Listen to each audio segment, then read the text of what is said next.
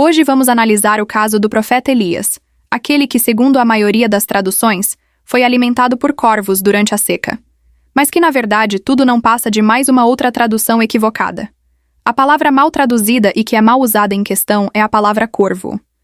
Corvo em hebraico é também, como a palavra costela, neste idioma, uma palavra polissêmica, e seu real significado foi ocultado ou propositalmente ignorado para dar um sentido que não existe.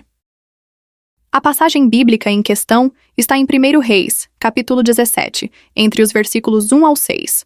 O texto bíblico em português, tal como de qualquer idioma fora do hebraico e do aramaico, diz: Então Elias, o tisbita, dos moradores de Gileade, disse a Acabe: Tão certo como vive o Senhor, Deus de Israel, perante cuja face estou, nem orvalho nem chuva haverá nestes anos, segundo a minha palavra.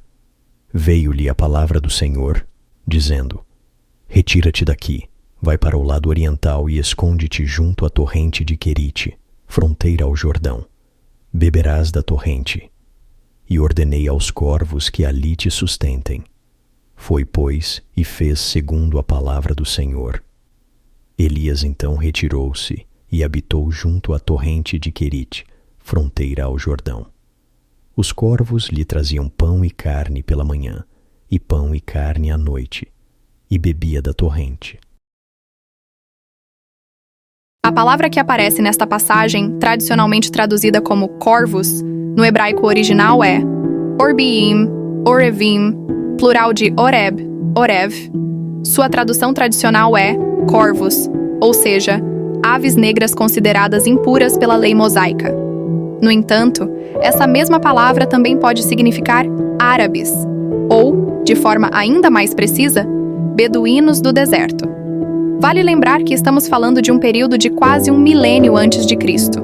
Naquela época, o termo árabes não se referia a um povo unificado, nem a um estado-nação chamado Arábia. Esse conceito é moderno. Os árabes bíblicos eram tribos nômades que vagavam por regiões desérticas do Oriente Médio. Quanto aos beduínos, esses são povos nômades do deserto, que já existiam naquela época e ainda existem até hoje, vivendo nas regiões entre o que atualmente chamamos de Israel, Cisjordânia, Jordânia, Arábia Saudita e Egito. Portanto, quando lemos corvos em nossas traduções, é perfeitamente plausível, e até mais coerente historicamente, que o texto esteja se referindo a beduínos nômades, e não a aves.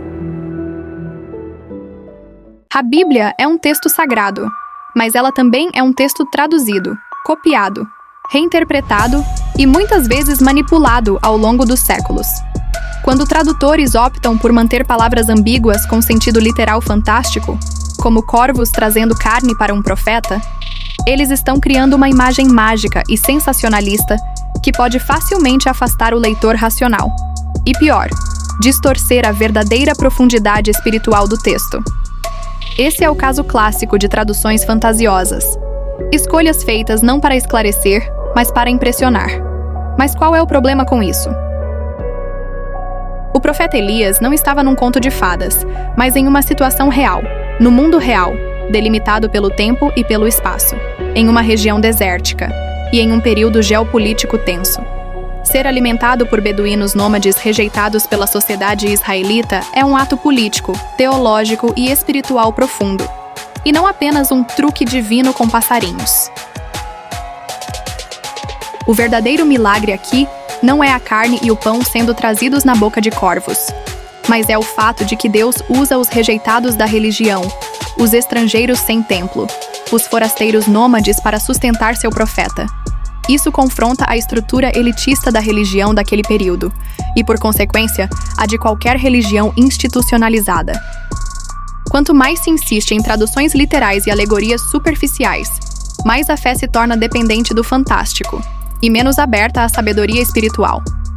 Isso produz um tipo de religião que exige acreditar em milagres absurdos, mas ignora os milagres cotidianos de compaixão e justiça, e que têm efeitos reais e concretos. Ao esconder que Elias foi sustentado por nômades árabes, homens considerados impuros e indignos, silencia a verdadeira mensagem do texto. Apagando assim a verdadeira mensagem, que é o acolhimento que não veio de sacerdotes representantes do sistema religioso oficial, mas de nômades do deserto, rejeitados pela sociedade, invisíveis aos olhos dos homens, mas visíveis aos olhos de Deus. Sendo dessa forma, uma poderosa lição sobre humildade, acolhimento e inclusão divina. Se essa reflexão falou com você, se abriu sua mente, ou te fez enxergar a Bíblia com outros olhos, então não se esqueça de deixar o like, compartilhar com alguém que também precisa ouvir isso, e se inscrever aqui no canal Enoquian, onde a verdade não é diluída e as escrituras são tratadas com seriedade e coragem. Ative o sininho para não perder os próximos vídeos. Aqui toda semana a gente expõe o que foi escondido e questiona o que foi imposto, resgatando o sagrado por trás do véu de narrativas traiçoeiras. Comente aqui embaixo o que você achou dessa revelação. Você já tinha ouvido falar disso? Ou foi novo para você? Muito obrigado por assistir até aqui. Que o Deus Altíssimo, aquele que sustenta até no deserto e usa quem Ele quiser, te guarde, te fortaleça e te abençoe grandemente. Shalom. E até o próximo vídeo.